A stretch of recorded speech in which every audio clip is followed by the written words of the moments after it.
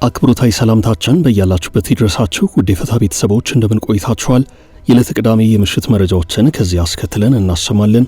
በቅድሚያም አርዕስቱን ህወሓት በዛሬው ዕለት የድረሱልኝ ጥሪ አቅርቧል። ጥሪው ከሌሎች በክልሉ ከሚንቀሳቀሱ 3 ፓርቲዎች ጋር በጋራ የቀረበ ነው። በርከት ላሉ ሀገራትና ዓለም አቀፍ ተቋማት የቀረበ ጥሪ ነው።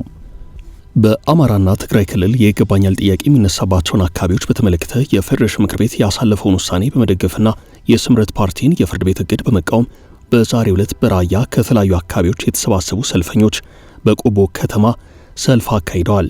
በዜና ጥንቅራችን እንመለከተዋለን። የኢራኑ ፕሬዝዳንት መሱድ ፔሽኪያን ኢራን ከዚህ በኋላ ጎረቤቶቿን በሚሳኤልና ድሮኖች አትደበድብም ካሉ በኋላ ትራምፕ ይህንኑ የኢራኑ ፕሬዝዳንት መልእክት አጣቅሰው አንድ ሌላ መልእክት ካስተላለፉ በኋላ ጥቃቱ ቀጥሏል። ጉዳዩም አነጋጋሪ ሆኗል። የሩሲያው ፕሬዝዳንት ቭላዲሚር ፑቲን በኢራን ግጭት የተኩስ አቁም እንዲደረግ በይፋ ጠይቀዋል። ፕሬዝዳንቱ ወደ ኢራን ስልክ የመቱ ሲሆን ተኩስ ቆሞ ጉዳዩ በዲፕሎማሲ ይፈታ ማለታቸውን የክሬምሊን ቤተመንግስት አስታውቋል። አሜሪካ ለእስራኤል ከፍተኛ የጦር መሳሪያ ሽያጭ ፈቅዳለች። የትራምፕ አስተዳደር በአስቸኳይ የሚፈጸም $151.8 ሚሊዮን ግምት ያለው የጦር መሳሪያ ሽያጭ እንዲካሄድ መስማማቱን ከስቴት ዲፓርትመንት የወጣ መረጃ አመላክቷል። የሶማሊያ ፕሬዝዳንት ሐሰን ሼህ መሐመድ የስልጣን ዘመናቸው ሊጠናቀቅ የሳምንታት ዕድሜ ብቻ በቀሩበት በዚህ ወቅት የራሳቸውንና የሀገሪቱን ፓርላማ የስልጣን ዘመን ማራዘማቸው ተሰምቷል። በሶማሊያ ከፍተኛ ውዝግብ ባስነሳው በዚህ ስልጣን ማራዘም ጉዳይ አዲስ መረጃ ይዘናል። ትምህርት ሚኒስቴር ያወጣውን አዲስ መመሪያ ተከትሎ በኢንተርናሽናል ትምህርት ቤቶች የተነሳው ውዝግብ እንደቀጠለ ነው። ጉዳዩ ወደ ፍርድ ቤት ሊያመራ ነው ተብሏል። ዓለም አቀፉ የሰብአዊ መብት ድርጅት ያወጣበትን ወቀሳ አስመልክቶ የኦሮሞ ነጻነት ሰራዊት በሚል ራሱን የሚጠራው አካል ምላሽ ሰጥቷል። ይኸው ኃይል የቀረቡበትን ከባባድ ክሶች በተመለከተ በይፋዊ መግለጫው የሰጠው ምላሽ እንመለከታለን። ይህን ጨምሮ ከላይ ያስተዋወቅናችሁን ጉዳዮች አንድ ባንድ እየነገርን እናቆያችኋለን። አብራችሁን ሁኑ።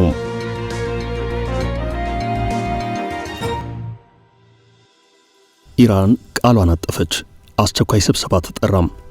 የኢራኑ ፕሬዝዳንት መሱድ ፔሽኪያን ኢራን ከዚህ በኋላ ጎረቤቶቿን በሚሳኤልና በድሮን አትደበድብም፣ እስካሁን ለተፈጠረውም ኢራን ይቅርታ ትጠይቃለች ብለው ነበርም። ፕሬዝዳንቱ በዛሬው ዕለት ይህን መልእክት ቢያስተላልፉም ጥቃቱ ግን ምንም አይነት ለውጥ ሳይደረግበት ቀጥሏል። የፕሬዝዳንት መሱድ ፔሽኪያን መግለጫ ከተሰማ በኋላ ሳዑዲ አረቢያና የተባበሩት አረብ ኤምሬቶች ላይ የሚሳኤል ጥቃት ደርሷል። አገራቸው ካሁን በኋላ ጎረቤት ሀገራት ላይ ጥቃት ካልፈጸሙ በስተቀር የኢራን ጦር ጥቃት እንዳይፈጽም ወይንም ሚሳኤል እንዳይተኩስ ጊዜያዊ የመሪዎች ምክር ቤት ውሳኔ ማስተላለፉን የገለጹት ፕሬዝዳንት መሱድ ፔሽኪያን ይህንኑ ጉዳይ ከኃይል ይልቅ በዲፕሎማሲ መንገድ መፍታት አለብን ብዬ አስባለሁ ሲሉም ተናግረው ነበርም። ከዚህ ንግግር በኋላ የድሮን ጥቃት በዱባይ ዓለም አቀፍ አውሮፕላን ማረፊያ የተፈጸመ ሲሆን ከቀናት የበረራ መስተጓጎል በኋላ ወደ ስራ ሊገባ የነበረው የኤምሬትስ አየር መንገድ በረራ መጀመሩን ከገለጸ ከአንድ ቀን በኋላ በድጋሚ በረራ መቋረጡን አስታውቆ ነበርም። ኋላ ላይ ይኸው አየር መንገድ ዳግም በረራውን እንደቀጠለ እየተነገረ ነው። ፕሬዝዳንት መሱድ ፔሽኪያን በጎረቤቶቻችን ላይ የምናደርሰውን ጥቃት እናቆማለን ማለታቸውን ተከትሎ ትራምፕ ትሩዝ በተባለው ማህበራዊ ትስስር ገጻቸው ባስተላለፉት መልእክት ነገሩ ወዲህ ነው፣ ኢራን ለጎረቤቶቿ አዝና ሳይሆን አቅሟ እየተዳከመ ስለመጣ ነው ይህን ውሳኔ ያሳለፈችው ብለው ነበርም። ኢራን ጥቃቷን መልሳ የቀጠለችው የትራምፕን መልእክት ተከትሎ አቅማችን አለ ለማለት ይሁን አይሁን በግልጽ የታወቀ ነገር የለም። ይህ በዚህ እንዳለ በአረብ ሀገራት አንድ የሆነ ነገር ሲከሰት በውግዘቱ የሚታወቀው አረብ ሊግ አስቸኳይ ስብሰባ ጠርቷል። ሊጉ ስብሰባውን የሚያካሂደው በአባል ሀገራቱ የውጭ ጉዳይ ሚኒስትሮች ደረጃ ሲሆን አሁን ካለው የአየር መንገዶች የበረራ መቋረጥ ጋር በተያያዘም በቪዲዮ ኮንፈረንስ የሚካሄድ አስቸኳይ ስብሰባ እንደሚያካሄድ ነው የታወቀው። የስብሰባው ዋነኛ አጀንዳም ኢራን ከሰሞኑ በአባል ሀገራቱ ላይ የፈጸመችውን ጥቃት የሚመለከት ነው።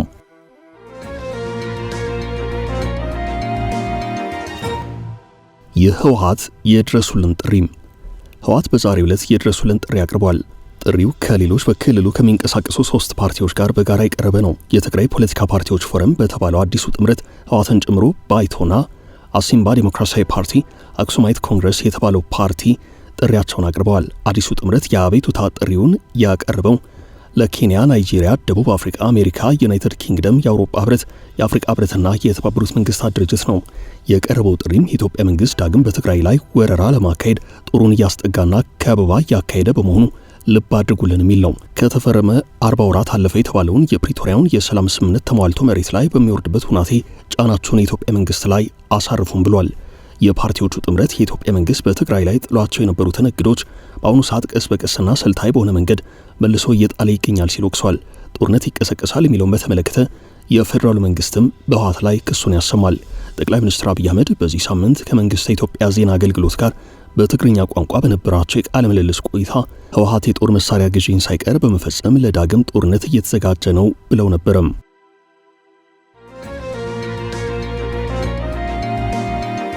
የራያው የተቃውሞ ሰልፍ መጪውን 7ኛ ሀገራዊ ምርጫ አስመልክቶ የፌዴሬሽን ምክር ቤት ያሳለፈውን ውሳኔ በመደገፍና የስምረት ፓርቲን የፍርድ ቤት እግድ በመቃወም በዛሬው ዕለት በራያ የተለያዩ አካባቢዎች ሰልፍ ተካሂዷል።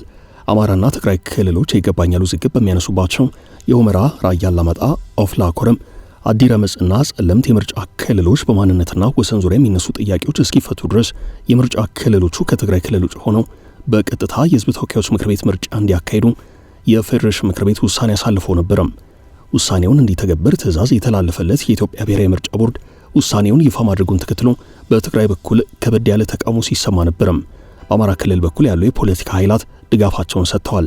ትግራይን መሰረት አድርጎ የሚንቀሳቀሰውና በአቶ ጌታቸው ረዳ የሚመራው ስምረት ፓርቲ ተቃውሞውን በመግለጫ ከማሳወቅ በተጨማሪ ውሳኔው ከትግበራ እንዲታገድ ለፍርድ ቤት አቤት ብሎ ነበረም። በዚህም በጊዜያዊ እግዱ ዙሪያ ክርክር ተጀምሯል። የዛሬው የቆቦ ሰልፍ የተካሄደው ከዚሁ ጋር በተያያዘ ነው። ሰላማዊ ሰልፉን ያካሄዱት ከራያ አላማጣ፣ ከራያ ባላ፣ ከዛታ፣ ከወፍላ ወረዳዎች እንዲሁም ከአላማጣና ከኮረም ከተሞች ተፈናቅለው በቆቦ ከተማ የሚገኙ ነዋሪዎች ናቸው።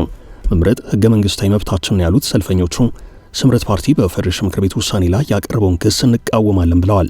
እኛ ስለ ማንነት፣ እነርሱ ስለ መሬት የሚሉና ሌሎችም በሰልፉ ላይ የተስተጋቡ የተቃውሞ መፈክሮች መኖራቸውን ሪፖርተር ዘግቧል።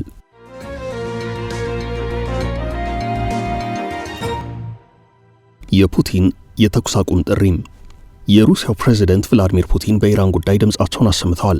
ፑቲን የኢራኑ ሃይማኖታዊ መሪ አያቶላ አሊ ኻሜኒ ሞትን በተመለከተ ሐዘናቸውን ገልጸዋል። ፑቲን የእስራኤል አሜሪካ ጥቃት አጥብቀው የተቃወሙ ሲሆን በአስቸኳይ የተኩስ አቁም እንዲደረግ ጠይቀዋል። ፑቲን ከኢራኑ ፕሬዝዳንት መሱድ ፔሽኪያን ጋር በትናንትናው ዕለት በስልክ ተነጋግረዋል። በዚህ ስልክ ንግግር በአያቶላ ሞት የተሰማቸውን ሐዘን እንደገለጹ ክሬምሊን በመግለጫው አስታውቋል። ከአያቶላ በተጨማሪ የወታደራዊና የሲቪል አመራሮች ሞትን አስመልክቶም የሐዘን መልእክታቸውን አስተላልፈዋል።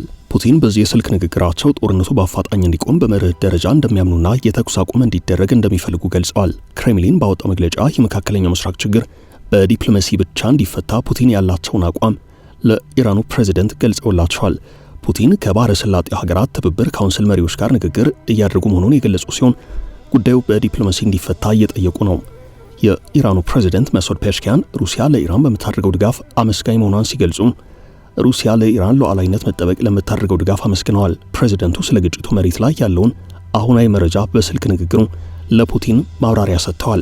ከሰሞኑ የሩሲያው የውጭ ጉዳይ ሚኒስትር ሞስኮ ለቴህራን እየሰጠች ስላለችው ድጋፍ ተጠይቀው ከቴህራን የቀረበልን የመሳሪያ ድጋፍ ጥያቄ የለም ብለዋል።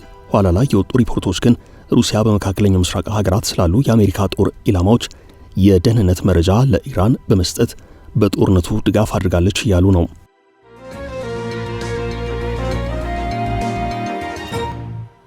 አሜሪካ ለእስራኤል ከፍተኛ የጦር መሳሪያ ሽያጭ ፈቀደች። አሜሪካ 151.8 ሚሊዮን ዶላር የሚያወጡ ልዩ ልዩ የጦር መሳሪያዎችን ለእስራኤል ለመሸጥ መስማማቷን ነው የስቴት ዲፓርትመንት መረጃ የሚያሳየው። ይኸው የአሜሪካ የውጭ ጉዳይ መስሪያ ቤት ባወጣው መግለጫ የእስራኤል መንግስት እያንዳንዳቸው 1000 ፓውንድ ወይንም ወደ 450 ኪሎ ግራም ገደማ የሚመዝኑ 12000 BLU 110 AB የአጠቃላይ አገልግሎት ፈንጂዎችን ለመግዛት ጥሪ አቅርበዋል። ሽያጩ የጸደቀው እስራኤል በኢራን ላይ የምታካሄደው ወታደራዊ ዘመቻ በቀጠለበት ወቅት ነው። ሽያጩ የተለመደው የኮንግረስ ግምገማ ቅድመ ሁኔታ ሳያስፈልግ በትራምፕ ፕሬዝዳንታዊ ስልጣን ብቻ በአስቸኳይ ይፈጸማል ተብሏል።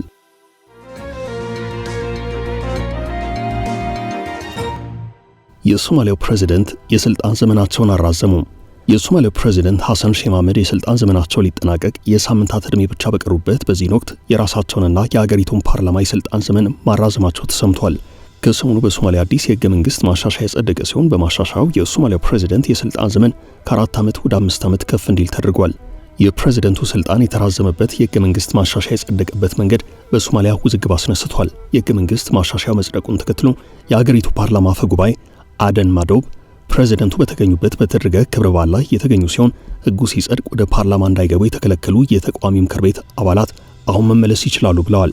ተቃዋሚዎች ከዚህ ቀደም የህገ መንግስት ማሻሻያ ድምፅ እንዳይሰጥበት 2 ጊዜያትን ያህል ፓርላማውን በማወክ ብጥብጥ አስነስተዋል። ፖሊስ የፓርላማውን ህንፃ ተቆጣጥሮ እንደነበር አይዘነጋም። ተቃዋሚ አባላቱ በሌሉበት እንዲጸድቅ የተደረገው የህግ ማሻሻያ ግን ሰፊ ተቃውሞ እየተሰማበት ነው። በተለይ በጁበላንድና በፑንትላንድ የቀድሞ የሀገሪቱ ፕሬዝዳንቶች፣ ጠቅላይ ሚኒስትሮችና ከፍተኛ ባለስልጣናት ጭምር ይህንን የስልጣን ዘመን መራዘም ህገወጥ ብለውታል። የህገ መንግስት ለውጡ ሀገራዊ ፖለቲካ መግባባት ያልተደረገበት እንዲሁም 1/3ኛው የሶማሊያ ግዛት ምክር ቤት ድምፅ ያልወሰነበት ስለመሆኑ በተቃውሞ ተገልጿል። ሐሰን ሼህ መሐመድ የ4 ዓመታት የስልጣን ዘመናቸው የሚጠናቀቀው በቀጣይ ኤፕሪል ወር ሲሆን ተቃዋሚዎች ይህንን ማሻሻያ ለማስተግበር ፕሬዝዳንቱ የቱርክ ጦር አቅምን እንደ ማስፈራሪያና ህግ ማስከበሪያ እየተጠቀሙበት ነው ብለዋል። ቱርክ ከባለፈው ወር አንስቶ ከ6 በላይ F-16 የጦር ጀቶችን በሶማሊያ አሰማራች ሲሆን ከ3 በላይ ጦር መርከቦች ደግሞ የሶማሊያ የባህር ድንበርን እየጠበቁ ነው። አንካራ በተጨማሪም ለሞቃዲሾ ጦር ከፍተኛ አቅም ያላቸው የጦር ሜዳ ታንኮችንና ድሮኖችን እያስታጠቀች ነው።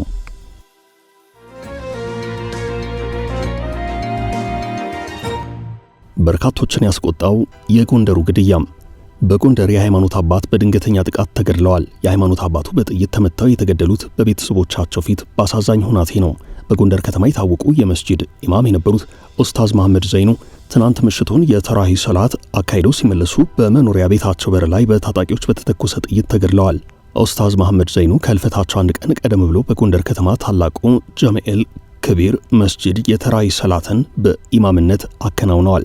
ታጣቂዎቹ ግድያውን የፈጸሙት ኡስታዙ በወላጅ አባታቸውና በታናሽ ወንድማቸው ፊት መሆኑ የተገለጸ ሲሆን በወቅቱ በስፍራው በነበሩ 11 ሰዎች ላይ ከባድ ድብደባና ዘረፋ ተፈጽሟል። ግድያ የተፈጸመው ጎንደር መሃል ከተማ ቅዳሜ ገበያ በተባለው ከታላቁ ጀሜል ከቢር መስጂድ 200 ሜትር እንዲሁም በአዋሽ ባንክ 100 ሜትር ገደማ ርቀት ላይ በሚገኝ ስፍራ ነው። ኡስታዝ መሐመድ ዘይኑ ለረጅም ዓመታት የጎንደር ከተማ ዑለማ ምክር ቤትን በተለያዩ ኃላፊነቶች ያገለግሉ ሲሆን እጅግ ማራኪ የቁርአን አቀራረብ የነበራቸውና ለበርካታ ዓመታት የተራሂ ሰላት ኢማም በመሆን ያገለግሉ መሆናቸው ታውቋል። የአማራ ክልል እስልምና ጉዳዮች ከፍተኛ ምክር ቤት በጉዳዩ ላይ ባወጣው መግለጫ ግድያውን የፈጸሙ አካላት ላይ መንግስት ህጋዊ እርምጃ እንዲወስድ አሳስቧል። መሃል ከተማና በመስጂድ አቅራቢያ ሰግዶ በሚወጣ ጾመኛ ላይ ለደረሰው ለዚህ ዘግናኝ ግድያ መንግስት አፋጣኝ ፍትህ ሊሰጥ ይገባል ብሏል። መንግስት በንጹሃን ላይ እየተፈጸመ ያለውንና ሰዋዊ መገለጫ ያልሆነውን አስነዋሪ ተግባር ሊያስቆም ይገባል ያለው ምክር ቤቱ ለዜጎች ግዴታ የሆነውን ጥበቃና ከለላ የማድረግ ስራውን ሊያከናውን ይገባል ብሏል። በተለይም እንደ ሀገር የሃይማኖት አባቶችን ህዝብን ከፈጣሪ ጋር የሚያስተሳስሩ ሰላምና አብሮነትን የሚሰብኩ የእምነት መሪዎችን ማጣት ታላቅ ኪሳራና ከሀገር ማፍረስ ጋር የሚነጻጸር እኩይ ተግባር ነው ብሏል።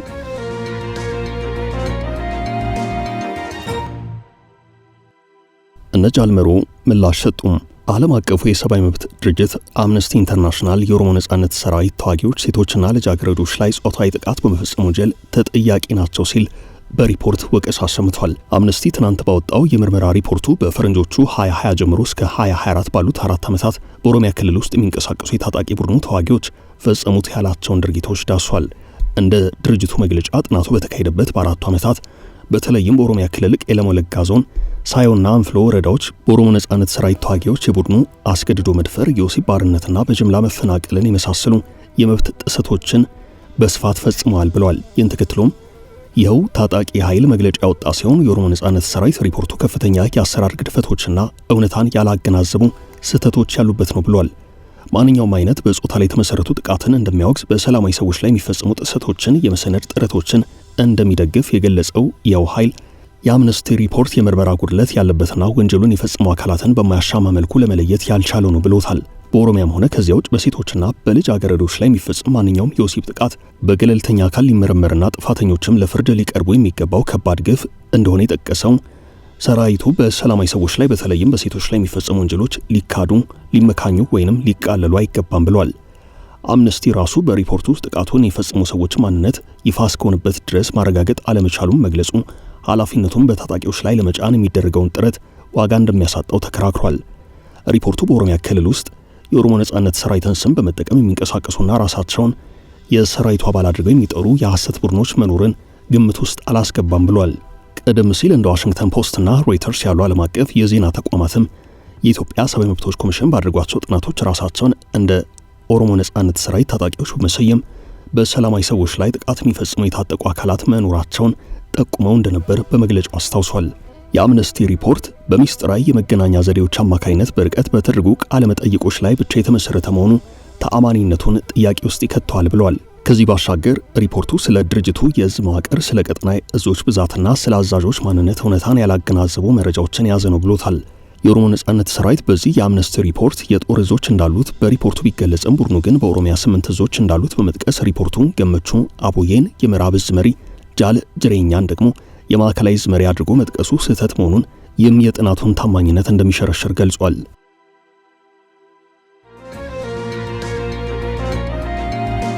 ውዝግብ የፈጠረው የትምህርት ሚኒስቴር መመሪያም የትምህርት ሚኒስቴር ያወጣውን አዲስ መመሪያ ተከትሎ በዓለም አቀፍ ትምህርት ቤቶች የተነሳው ውዝግብ እንደቀጠለ ነው። ጉዳዩም ወደ ፍርድ ቤት ሊያመራ ነው ተብሏል። በአዲሱ መመሪያ መሰረት የተማሪዎቻቸው ቁጥር ቢያንስ 30 በመቶ የውጭ ዜጋ ያልሆኑ ታዋቂ የግል ትምህርት ቤቶች ኢንተርናሽናል የሚለው ደረጃቸውንና ፈቃዳቸውን ሊነጠቁ እንደሚችል የተመላከተ ሲሆን ከዚህ በተጨማሪ ትምህርት ቤቶቹ እስካሁን ሲሰጡት የነበረውን እንደ አይቢ የብሪቲሽ ወይንም የአሜሪካ ስርዓተ ትምህርት እርግፍ አድርገው በመተው ወደ ኢትዮጵያ ብሔራዊ ስርዓተ ትምህርት እንዲገቡ ይገደዳሉ ተብሏል። የትምህርት ሚኒስቴር የኢንተርናሽናል ትምህርት ቤቶች ፍቃድ የተሰጠው በዋነኝነት ለውጭ ዜጎች፣ ለዲፕሎማቶችና ለውጭ ሰራተኞች ልጆች እንዲያገለግል እንጂ የሀገር ውስጥ ባለጸጎች ልጆች ከሀገራዊ ትምህርት ጥራት ቁጥጥርና ፈተና የሚያመልጡበት መሸሸጊያ እንዳይሆን ለመግታት ማቀዱን ገልጿል። የአዲስ መመሪያ ሊተገበር መሆኑ ከተሰማ በኋላ የተማሪ ወላጅ ተወካዮች በጉዳዩ ላይ ተቃውሞ አሰምተዋል። ቁጥራቸው ትንሽ የሆነው እነዚህን ዓለም አቀፍ ትምህርት ቤቶች ማበረታታት ሲገባ ይብስኑ የሚያዳክም እርምጃ ነው ብለውታል። በመመሪያው ይዘት ዙሪያ በዚህ ሳምንት አጋማሽ ከትምህርት ሚኒስቴር አመራሮችና ከወላጆች እንዲሁም ከየትምህርት ቤቶቹ ተወካዮች ጋር ሰዓታትን የፈጀ ስብሰባ መደረጉን ለፈታ ዴሊ የደረሰው መረጃ ያሳያል። የካቲት 25 በተደረገውና ሰዓታትን በፈጀው ስብሰባ የትምህርት ሚኒስትሩ ብርሃኑ ነጋ ተገኝተዋል። የወላጆች ማህበር ይህንን ምክክር ተከትሎ በይፋ ደብዳቤ አቋሙን የገለጸ ሲሆን የዓለም አቀፍ ትምህርት ቤቶች ከ2019 ጀምሮ የሀገር ውስጥ ስርዓተ ትምህርትን ትተገብራላችሁ የሚል ደብዳቤ ለትምህርት ቤቶች መላኩን አስታውሷል። ይህን ተከትሎ የተማሪ ወላጆች ማህበር የአቋም መግለጫ ያወጣ ሲሆን በትምህርት ሚኒስቴር በኩል የዓለም አቀፍ ትምህርት ቤቶች አስፈላጊነትና ሚናን በጥናታዊ ጽሑፍ እንድናቀርብ በመጠየቃችን ጥናታዊ ጽሑፍ አቅርበናል፣ ይሁን እንጂ ተቀባይነት አላገኘም ብሏል። የተላከውን ደብዳቤ ትምህርት ቤቶች ባለማስገባታቸው ሌላ ዙር ስብሰባ ትምህርት ሚኒስትሩ በተገኙበት የትምህርትና ስልጠና ባለስልጣን ዶክተር አህመድ ፊት ሌላ ክርክር በመነሳቱ መግባባት ላይ አልተደረሰም።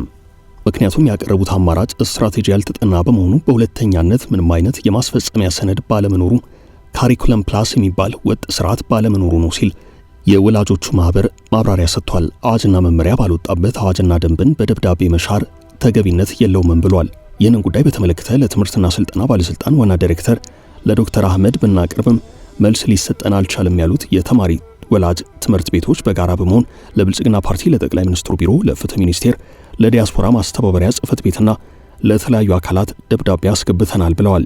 ጉዳዩን ወደ ፍርድ ቤት ለመውሰድ ከጠበቆቻቸው ጋር መክረው መጨረሳቸውንና ትምህርት ቤቶችም ውክልና በመስጠት ላይ መሆናቸውን አያይዘው ገልጸዋል። በጉዳዩ ዙሪያ ከትምህርት ሚኒስቴር ወገን እስካሁን የተሰጠ ምላሽ ባይኖርም በቀጣይ ዘገባዎቻችን ከመስሪያ ቤቱ ወገን የሚወጡ አዳዲስ መረጃዎችን እንነግራችኋለን።